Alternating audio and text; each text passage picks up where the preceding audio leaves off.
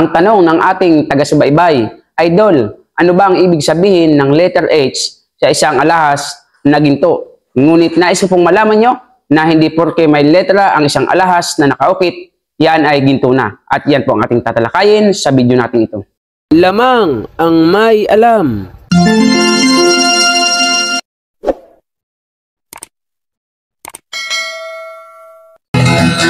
Ginto pilak ang trabaho ko, pag pilates ng ginto, eksperto ko.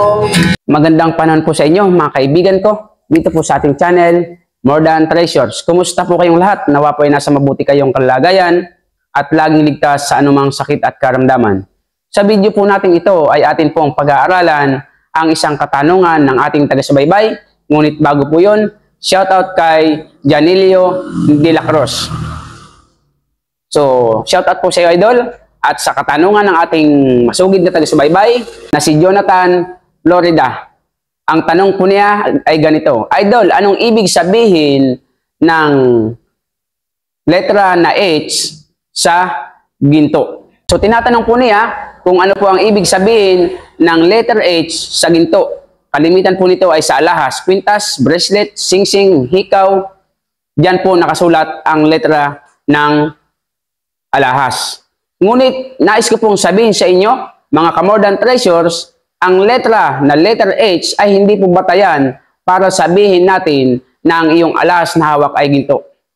Kapag ang hawak mo po ay kwintas, bracelet, singsing, hikaw, at may letra na letter H na ukit, hindi po yan batayan upang sabihin natin na ginto na ang iyong hawak na alahas. Sapagkat marami pong alahas na may mga tatak na letra. At ang mga letra po, kalimitan, ito po ay initial lamang. Initial o karagdagang kaalaman, tatak ng isang alahas. So ito po ay initial, hindi po ito ang magsasabi kung ginto ang alahas mo. Halimbawa, H999. Pag sinabing H999, yan po ay 24K. H18K, H750, yan po ay 18K. So, kalimitan po naman sa mga letra, diyan po nakikilala kung saang bansa nanggaling ang iyong alahas. Kalimitan po sa H, yan po ay galing sa Saudi Gold. Pag letter H. So, ngunit, dadapot at subalit, ang sabi ng lolo kung hindi ko na inabutan ng buhay, hindi po tayo dapat magbase o magbatay sa letra na nakaukit sa ating alahas. At sapagkat ang tumutukoy po sa karat, kilatis, klase, o ang nagsasabing ginto ang isang alahas ay hindi po letra, kundi ang numero. Katulad po ng 999.9. Pag yan po ang nakaukit sa iyong alahas, kwintas, singsing, bracelet, hikaw, anuman, pag yan po ang nakaukit, ibig sabihin, ginto ang iyong alahas, 24K. Kahit walang letra ng H, kahit walang letra ng JI, basta may 999.9, yan po ay 24K. Like for example, 750, 750, yan po ay 18K, kahit walang letra ng H. Ano po? 585, yan po ay 14K, kahit walang letra ng H. Ano po? H75, yan ay 21K, kahit walang letter H, walang JI o anuman. 916, yan po ay 22K. At 375, yan po ay 10K. Mga ka-More Than Treasures, pagdating po sa usapang ginto, alahas, kaming mga Batikano sa pamimili ng alahas, hindi na po kami tumitingin talaga sa tatak. Yes. Kalimitan po sa mga tumitingin sa tatak, yan po yung mga tauhan ng pawn shop. Titignan nila kung may S ni Saudi Gold. Titignan nila kung may S. Titignan nila kung may JI. JI 916, 22K. Ano po? Pero kapag ang isang tao po, kahit tauhan pa yan ng pawn shop, ay mahina pong kumilatis ng ginto, doon siya babatay sa tatak. Hindi po sila ganon kagaling. Ang talaga pong magaling umasay ng alahas o ginto ay ang tao na may dalang bato at asido. At diyan po magagaling ang mga nagiginto pilak. Kaya po, mga ka-More Than Treasures, nais ko pong malaman nyo na wag po kayong babase po sa tatak. Sapagkat ang tatak ay hindi ka po makasisiguro kung ginto ang iyong alahas. Sapagkat ang tatak ay mabilis gayahin. Ngunit may mga tatak din naman hindi kayang gayahin o hindi kayang pekein. May video na po tayo niyan, mga original na tatak. At ang karamihan po ay kaya na pong gayahin. Meron pong 18K, tatatakan ng 10K. At 10K, tatatakan ng 18K. 18K, tatakan ng 22K. So kapag hindi ka marunong, maniniwala ka, 22K. So ang the best at pinakang ultimatum po dyan, para malaman mo kung tunay na ginto at anong karat, bato at asido. So mga ka-more than treasures at sa nag-request po nito, nawa ay may natutunan kayo na hindi po tayo magbabase sa letra na nakaukit sa ating alahas. So ang letrang H o anumang letra JI, anumang letra, yan po ay initial na tatak lamang sa isang alahas. At ang pinakamahalaga dyan ay ang mga numero 875, 916, 99.9, 375, ano po. Yan ang mahalaga na nagsasabi kung anong kilatis ang ginto mo. At higit sa lahat, kung ayaw mong mapeke, gamitan mo ng bato at asido. Kung bagong dating ka sa ating channel, nagustuhan niyo po, pakisubscribe niyo po ang ating channel, pakihit niyo po ang notification bell upang lagi po kayong update sa ating mga bagong videos. Pakilike and share po kung nagustuhan ninyo. At kung kayo po ay may katanungan, comment po kayo sa ating comment section. See you on our next video. God bless po. Lamang ang may alam.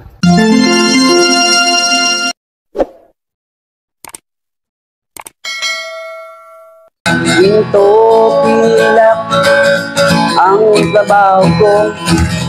Pagpilatis ng ginto, eksperto ko. Kung sa mga tatak, kabisado ko. Alam ko ang peke at totoo. Ako ay isang masayap ng ginto. Alam ko ang tunay at totoo. Kung usapan ay alas lang, yan ay kaya nating patunayan.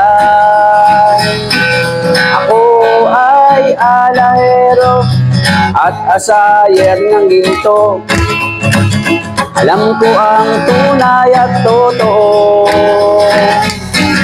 Walang maitatago kung usapan ay ginto. Pagkat ang alahero'y eksperto sa ginto. Mayroon ngayong bagong pauso. Mahal daw ang bariyang 10 piso. 2001. Ang iba naman ay 5 piso. Ang iba ay 20 peso, lagpas kwelyo. Kung sila'y inyong tawagan, chat mo at kahit reply wala man lang. Pagkat ito ang katotohanan, sa usapang barya sila'y walang alam. Ginto pilak ang trabaho ko. Pagpilatis ng ginto'y eksperto ko. At kung sa mga tatak ay kabisado ko, alam ko ang peke at totoo. Ako ay isang asayer ng ginto. Alam ko ang tunay at totoo. Walang maitatago kung usapan ay ginto.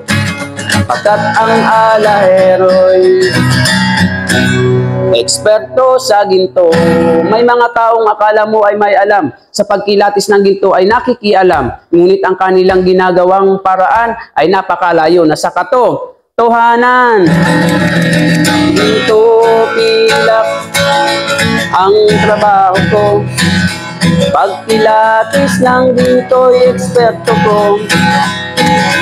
Kung sa mga tatak ay kabisado ko, alam ko ang peke at totoo.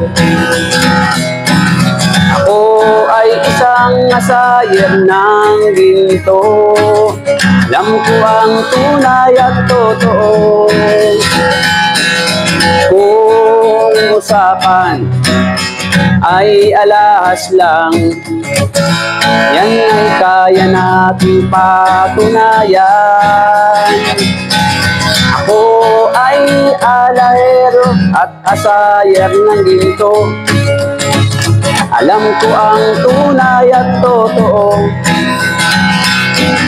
Walang maitatago kung usapan ay ginto, pagkat ang alahero'y eksperto sa ginto.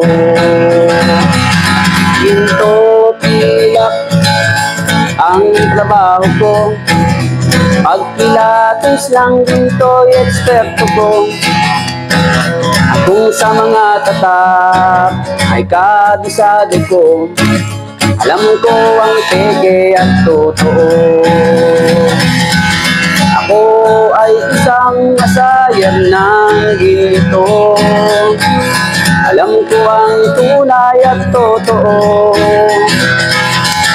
Walang maitatago kung usapan ay ginto, pagkat ang alahero'y eksperto sa ginto. Pagkat ang alahero'y eksperto sa ginto.